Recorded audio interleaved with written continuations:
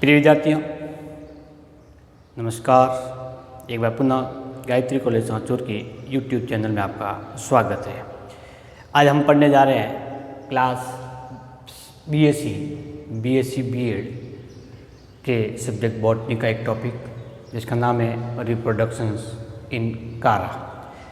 इससे पहले के अपलोड किए गए वीडियोज में हमने कारा की सामान्य संरचना, उसकी सिस्टमेटिक पोजीशन देखी थी, जिसे आप अपने गायत्री कॉलेज सांचौर के इस YouTube चैनल पर आप देख सकते हैं। विद्यार्थियों, आप इसे अधिक से अधिक सब्सक्राइब करें, लाइक करें और शेयर करें। तो हम पढ़ने जा रहे हैं कारा के रिप्रोडक्शन की प्रकार। कारा, जिसको एक सामान्य भाषा में स्टोन वर्ड कहते हैं। क्यों कहते हैं? क्योंकि इसके कैल्शियम कार्बोनेट का एक डिपोजिशन होने के कारण एक परपट्टीय में संरचना का निर्माण हो जाता है, जो इसकी बाह्य संरचना पर है, इसलिए इसको नाम देता है स्टोन वर्ड। विद्यार्थियों, कारा में केवल 2 प्रकार के जनन पाए जाते हैं, जिसमें से एक होता है वेजिटेटिव रिप्रोडक्शन और दूसरा होता है सेक्सुअल रिप्रोडक्शन, अर्थात इसमें अलैंगिक जनन संरचना, अलैंगिक बीजाणुओं का पूर्ण रूप से अभाव होता है। वेजिटेटिव रिप्रोडक्शन मूल रूप से 4 प्रकार से होता है। उसमें से नंबर 1 पहला है एमाइलम स्टार्स। एमाइलम स्टार्स क्या है? एमाइलम स्टार्स कोशिका है जो जनन का कार्य करती है, इसलिए इसको बाई एमाइलम स्टार्स सेल्स के द्वारा मानते हैं। कारा के 2 भाग पाए जाते हैं, जिसमें से एक भाग होता है वो मुख्य अक्ष कहलाता है और दूसरा भाग होता है वो इसका राइजोर्स कहलाते हैं। तो इस मुख्य अक्ष की सबसे निचली पर्व संधि पर नोड की कुछ कोशिकाएं ताराकृत होती है, तो तारे के शेप है, और उसमें एमाइलम स्टार्स प्रेजेंट होता है। ऐसी कोशिकाओं को एमाइलम सेल्स कहते हैं, और ये सेल्स इस कोशिका से या मुख्य अक्ष से पृथक होकर के नए थैलस को निर्मित करने का कार्य करती है। तो इसकी स्ट्रक्चर मूल रूप से तारे के समान होती है, जिसमें से एक केंद्रीय भागी कोशिकाओं के साथ में एक अरीय समूह पाए जाने वाली स्टार्सी संरचना है। विद्यार्थियों, इस प्रकार का जनन कारा स्टेलिगेरा के अंदर देखने को मिलता है। तो स्टेलिगेरा में कायिक जनन क्या सामान्य प्रक्रिया है वो है एमाइलम स्टार्स। दूसरा है बाई बल्बिल्स, पत्र प्रकलिकाओं के द्वारा। सामान्य तौर पर मूलाभास में स्थायी रहने वाली पत्र प्रकलिकाओं के समान कुछ विशेष संरचना पाई जाती है, जो मूलाभास से अलग होकर के नए कारा के थैलस को निर्मित करती है। इस प्रकार की संरचना को बुलबिल्स या पत्र प्रकलिका कहते हैं। कारा एस्परा के अंदर इस प्रकार की संरचना देखने को मिलती है, लेकिन कारा बाल्टिका में राइजोर्स के स्थान पर मुख्य अक्ष की किसी पर्व संधि से या मुख्य अक्ष से पत्र प्रकलिकाओं का निर्माण होता है, जो अलग होकर के पुनः नए पादप थैलस को निर्मित करने का कार्य करती है। मूल रूप से ये एक चिरकालिक अंग है, इसीलिए पादप भाग के साथ में लंबे समय तक रहते हैं और विशेष परिस्थितियों में पृथक होकर के पुनः नए पादप को निर्मित करने का कार्य करते हैं। तीसरा वेजिटेटिव रिप्रोडक्शन का टाइप्स है वो है अनियमित पत्र प्रकलिका। ये मूल रूप से कुछ एक विशेष संरचना युक्त होती है, जैसे फॉर एग्जाम्पल इस प्रकार की अनियमित एमॉर्फस, जिसका आकार कोई असामान्य प्रकार का हो। इस प्रकार की कुछ तंतुल संरचनाएं मूलाभास पर अथवा मुख्य अक्ष पर उत्पन्न होती है, और यही अनियमित आकृति की संरचनाएं अनियमित पत्र प्रकलिकाएं कहलाती हैं। सामान्य रूप से ये बुलबुल्स नहीं है, उसका विशेष आकार नहीं है, इसीलिए इसको नाम देते हैं एमॉर्फस। ऐसा कारा की कई प्रजातियों में मिलता है, लेकिन इनके उत्पन्न होने की स्थिति के आधार पर कारा डेलिकुटाई में ये मुख्य अक्ष पे उत्पन्न होता है, जबकि कारा बाल्टिका में राइजोस की निचली सदी पर और निचली पर्व संधि पर एमॉर्फस बुल्बस उत्पन्न होती है। ये भी पादप में कारा में एक नए थैलस को निर्मित करने में सक्षम होती है। अगला प्रकार है वेजिटेटिव रिप्रोडक्शन का, वो है सेकेंडरी प्रोटोनिमा द्वारा द्वितीयक प्राथमिक तंतु। सामान्य तौर पर प्राथमिक तंतु अथवा मूलाभास पर विकसित एक तंतुल संरचना होती है जो कारा में कायिक जनन को संपन्न करने में सहायक होती है। तो विद्यार्थियों, इस प्रकार से कारा में कायिक जनन मुख्य रूप से 4 प्रकार के संरचनाओं द्वारा होता है। एमाइलम स्टार संरचना, बुलबिल्स, एमॉर्फस बुलबुल्स और सेकेंडरी प्रोटोनिमा फिलामेंट्स के द्वारा। इसमें से एमाइलम स्टार स्ट्रक्चर है वो सबसे ज़्यादा इम्पोर्टेंट है और कई बार ये एग्जाम में शॉर्ट क्वेश्चन के रूप में पूछा जाता है।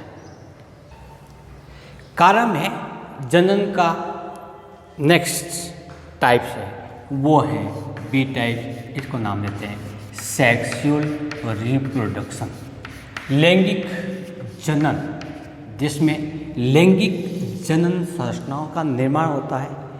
पुंगड़ू को बनते हैं, अंडकोशिका बनती है, फर्टिलाइजेशन का प्रोसेस होती है, जाइगोट के बाद में पुनः नए थैलस का निर्माण होता है। तो यहाँ पर सबसे पहला पॉइंट लैंगिक जनन से संबंधित कि कारा विषम युग्मकी प्रकार का जनन प्रदर्शित करता है। विषम युग्मकी ऊगैमस प्रकार का, जिसमें पुंगड़ू और अंड कोशिकाओं का निर्माण होता है। इनमें लैंगिक जनन संरचना, जिसको जननांग कहते हैं, वो 2 प्रकार के पाए जाते हैं। एक अंडधानी होती है जो मादा जनन संरचना कहलाती है। कारा में पाए जाने वाले अंडधानी को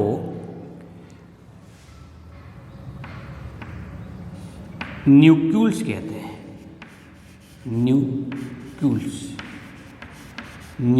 कहते हैं। दूसरा बी पॉइंट इसका, जनन संरचना के रूप में पूधानी आती है और इस पूधानी को यहाँ पर विशेष संरचना के कारण ग्लोब्यूल्स कहते हैं, ग्लोब्यूल्स। तो विद्यार्थियों, कारा के जनन नग बहुत बड़े आकार के होते हैं, नग्न आंखों से देखे जा सकते हैं, इसलिए स्थूलित संरचना के रूप में ये जाना जाता है। अंडधानिका और पूधानिका सामान्यतः परिपक्व एक साथ होता है, लेकिन कभी कभी कुछ ही प्रजातियों में पूधानी पहले विकसित होती है, अंडधानी बाद में विकसित होती है। जब इसकी लैंगिकता देखते हैं, लैंगिकता का तात्पर्य होता है कि थैलस में कौन सी जनन संरचना पाई जाती है, इसके आधार पर जीव या शैवाल या प्लांट जो थैला प्रकार के होते हैं वो एकलिंगी होते हैं अथवा द्विलिंगी होते हैं। तो यहाँ पर उभयलिंगाशायी लिख सकते हैं हम या द्विलिंगाशायी लिख सकते हैं। तो मूल रूप से कारा है वो एक उभयलिंगाशायी प्रजाति है। लेकिन कारा वालिचियाई एक ऐसी स्पीशीज है जो कि विषम जालिक अथवा एक लिंगाश्रयी है, एक लिंगाश्रयी, या इसको हम विषम जालिक भी कह सकते हैं। हम बात करते हैं अब इन जनन संरचनाओं की स्थिति के आधार पर। तो ये कारा का मुख्य अक्ष, इस मुख्य अक्ष पर सीमित वृद्धि की शाखाएं विकसित होती है। इन सीमित वृद्धि की शाखाओं पर जनन संरचनाओं की उत्पत्ति होती है। तो हम इस सामान्य इंट्रोडक्शन पॉइंट्स के अंदर एक और पॉइंट बढ़ा सकते हैं कि इसकी स्थिति कहाँ होती है, जनन अंगों की स्थिति। तो जननांगों की स्थिति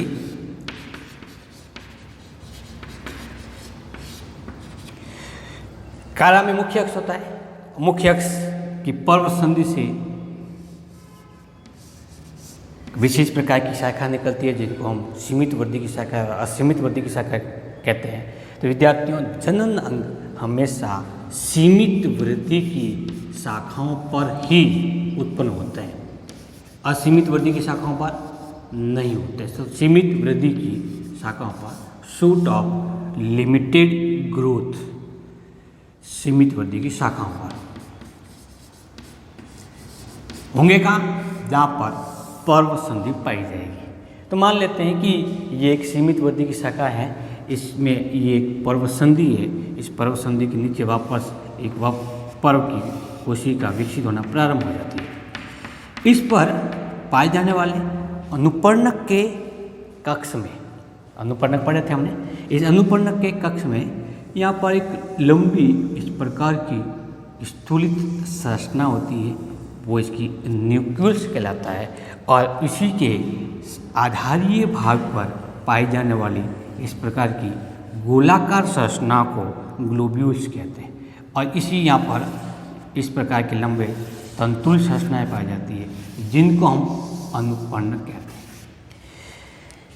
इन न्यूक्लियस के शीर्ष भाग पर इस प्रकार की तंतुल संरचनाएं और निकली होती है, जो मुकुट के समान होती है, वो इसकी कोरोना कहलाता है। और यहाँ पर पाए जाने वाली इस प्रकार की स्ट्रक्चर इसकी ट्यूब सेल कहलाती है। इस ट्यूब सेल्स के आंतरिक भाग के अंदर यहाँ पर अंड कोशिका युक्त एक संरचना पाई जाती है। तो ये संरचना होती है वो न्यूक्लियस कहलाता है। जस्ट इसके आधारीय भाग पर एक गोलाकार संरचना पाई जाती है जिसको ग्लोब्यूल्स कहते हैं। ग्लोब्यूल्स पर सिल्ड सेल्स पाई जाती है जो फुटबॉल की एक छोटे से टुकड़े के समान दिखाई देती है। इस प्रकार की संरचना युक्त संरचना होती है, उसको हम सिल्ड सेल कहते हैं। तो कुल 8 सिल्ड सेल्स यहाँ पे पाई जाती है। तो जो एक स्ट्रक्चर है, उस स्ट्रक्चर की सहायता से तो डायग्राम की सहायता से हम कारा में पाए जाने वाले जनन संरचनाओं की स्थिति को प्रदर्शित कर सकते हैं। अब हम पढ़ते हैं आगे, अंडधानी अथवा न्यूक्लियस और ग्लोब्यूल्स का विकास कैसे होता है। तो सबसे पहले देखते हैं उदानी अथवा ग्लोब्यूल्स का विकास।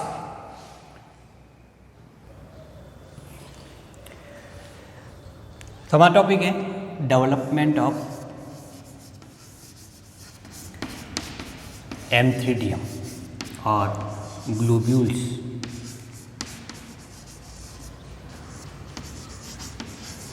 किस प्रकार से होता है। तो सबसे पहले हम कंफर्म करते हैं कि ये एक पर्व संधि है जो कि सीमित वृद्धि की शाखाएं युक्त है। इसकी सबसे परिधीय कोशिका जो कि एक गोलाकार स्ट्रक्चर के अंदर पाई जाती है, ये उदानी प्रारंभिक के रूप में कार्य करती है। इस कोशिका में सबसे पहले अनुप्रस्थ विभाजन के द्वारा 2 कोशिका बनती है। इसमें से सबसे बाह्य कोशिका जो सबसे ऊपर की ओर आती, आउटर लेयर की ओर आती, इस कोशिका को एम्फीडियल इनिशियल कहते हैं। एम्फीडियल इनिशियल पुधानी प्रारंभिक। इसके नीचे पाई जाने वाली इस कोशिका को बेसल सेल कहते हैं, आधारीय कोशिका। अगले स्टेप के अंतर्गत बेसल सेल में पुनः एक विभाजन होता है जिससे 2 कोशिका बनती है और ये दोनों कोशिकाएं एक दूसरे के जस्ट ऊपर की ओर स्थित होती है।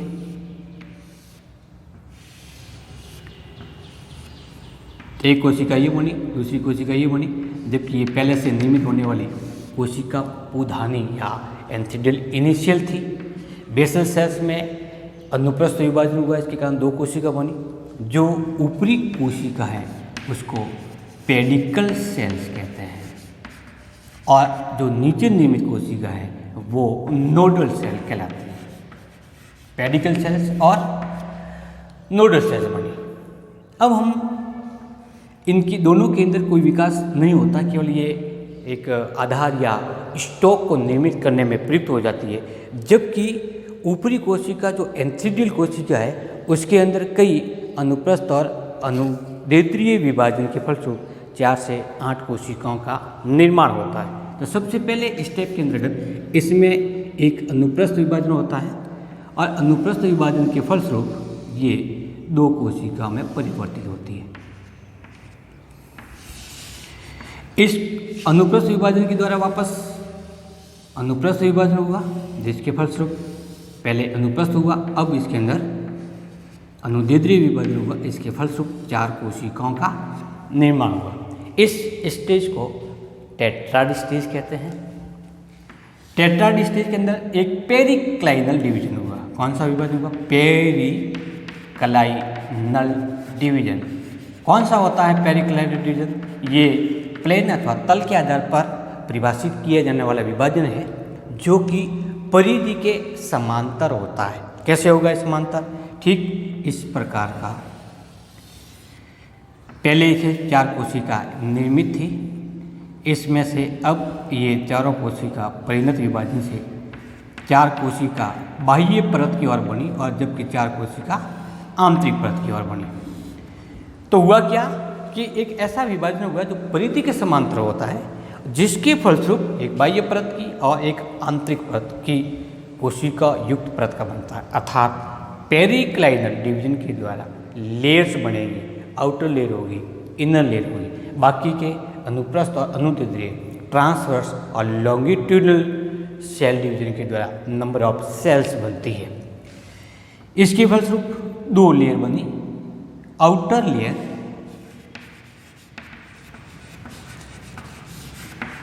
और सेकंड है वो इनर लेयर होती है। विद्यार्थियों, अगली स्टेज में क्या होगा कि आउटर लेयर या इनर लेयर में पुनः एक पेरिक्लाइनल डिवीजन के कारण कुल 3 लेयर का निर्माण होगा।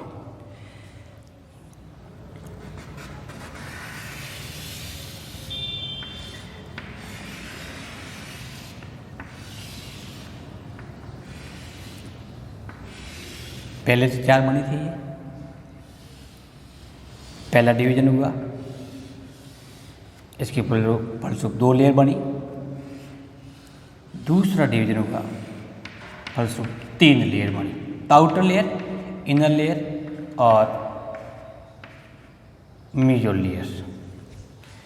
अब यहाँ पे पाई जाने वाली 8 कोशिकाओं की 3 परत अर्थात टोटल 24 सेल्स हो जाती है।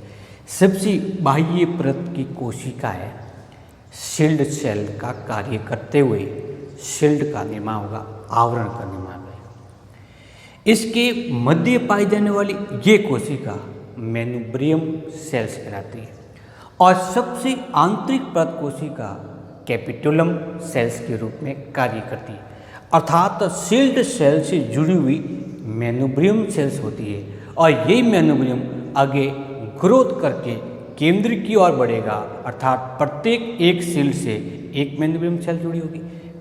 फिलहाल इस स्टेज तक कुल 4 शील्ड सेल्स का निर्माण हो चुका है, 4 मेनुब्रियम सेल्स बनी हुई है और 4 ही कैपिटुलम सेल्स बनी हुई है।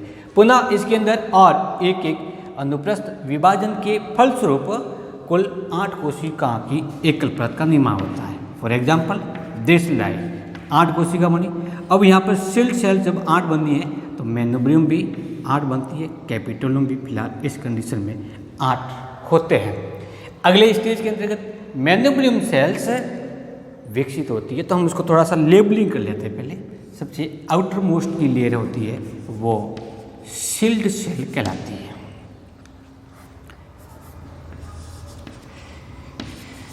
इसके आंतरिक भाग की कोशिका है वो मेनुब्रियम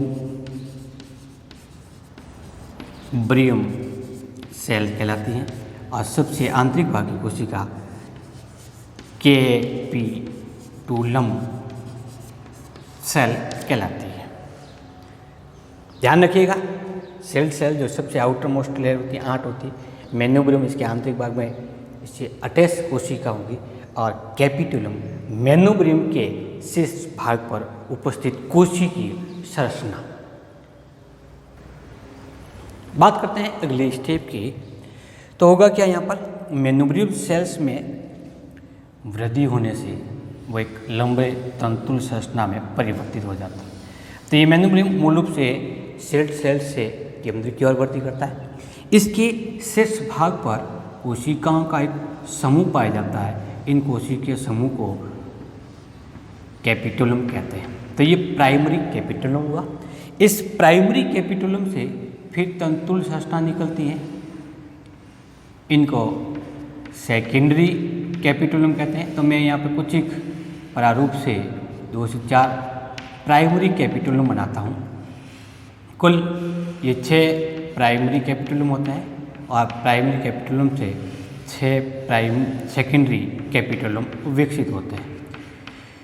तो 1 2 3 4 ये 5वां और एक लास्ट 6 नंबर की। ये कैपिटुलम संरचना, मेनुब्रियम संरचना इसके आधारी भाग से जुड़ी होती है। अब इसके चारों ओर एक सील्ड सेल का आवरण निर्मित होता है। प्राइमरी कैपिटुलम से सेकेंडरी कैपिटुलम बढ़ी और सेकेंडरी कैपिटुलम से शीर्ष भाग पर तंतुल संरचनाएं विकसित होती है, जिसकी प्रत्येक कोशिका एक एंथ्रीडियम के रूप में कार्य करती है। तो जो ये स्ट्रक्चर है वो एंथ्रीडियम के रूप में कार्य कर रही है, इसलिए इसको एंथ्रीडियल फिलामेंट के नाम से जानते हैं। इसके अंदर प्रत्येक के अंदर एक केंद्रक पाया जाएगा और उस केंद्रक युक्त जीवद्रव्य से रूपांतरण के द्वारा एंथ्रोजोइड्स बनते हैं। तो ये जो विद्यार्थी स्ट्रक्चर बना रहा हूँ मैं, इसको एंथ्रीडियल फिलामेंट कहते हैं। एक सरल सा डायग्राम जिसको हम समझने में सबसे ज़्यादा आसानी रहती है। तो हम इसको लेबलिंग करें तो ये स्ट्रक्चर हैं वो इसकी मेनुब्रियम सेल्स है। ये जो संरचना है वो प्राथमिक कैपिटुलम कहलाता है। ये जो स्ट्रक्चर है इसके जो लाल कलर वाली वो सेकेंडरी कैपिटुलम कहलाता है और लास्ट का है एंथ्रीडियल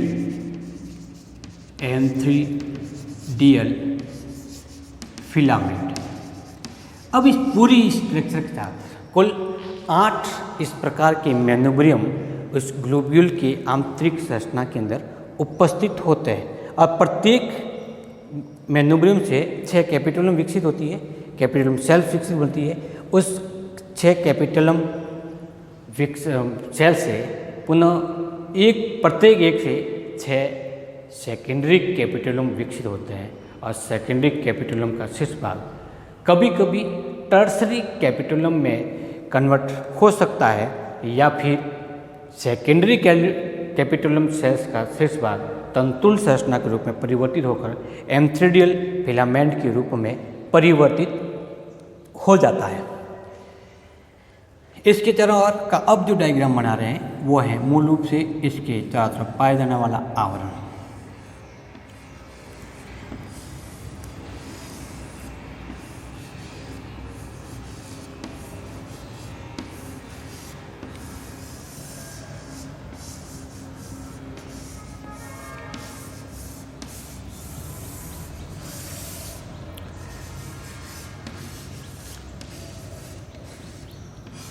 इस प्रकार की बनी हुई संरचना ग्लोब्यूल्स का अनुदैर्ध्य काट कहलाती है।